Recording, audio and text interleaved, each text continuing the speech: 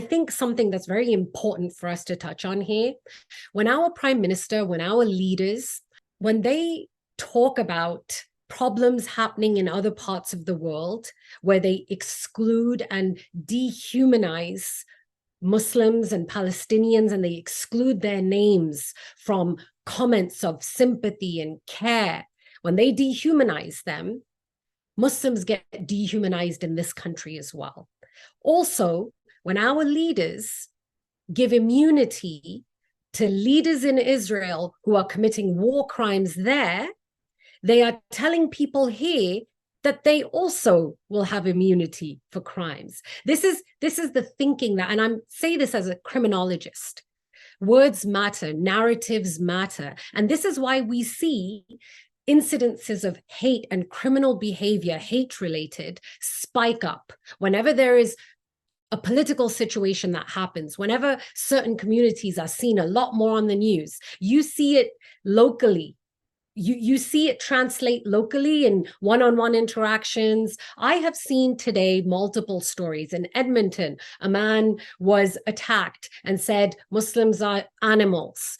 There are women with hijab who are being followed, intimidated. In Chicago, in Detroit, a man today was charged with terrorism because he went on Facebook and he rallied people to come to kill all Palestinians in Dearborn, to round them up and kill them. So when all of this is being shared on social media, and these are very real stories, when these are being shared on social media, how do we think children feel? Young people who are glued to their phones, watching this crisis unfold. And I think it's really important for me to also make a comment about the language around humanitarian crisis. Today, the Prime Minister in the House of Commons finally said that the situation is dire and called for there to be a humanitarian corridor opened up for humanitarian aid to be sent to Gaza because the situation is dire.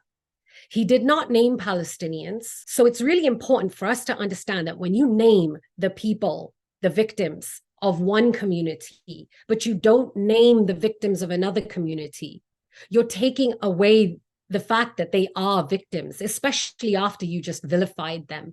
A humanitarian crisis usually refers to something that is out of our control. Usually it's, a epidemic, it's an earthquake. A humanitarian crisis was the earthquake in Turkey. That was a humanitarian crisis. And I do understand conflict zones are considered humanitarian crises. But by not naming the people who are committing the violence that has caused the humanitarian crisis, you again are taking away, you're obfuscating the facts. You're causing people to think that certain communities are not aggressors and other communities are aggressors.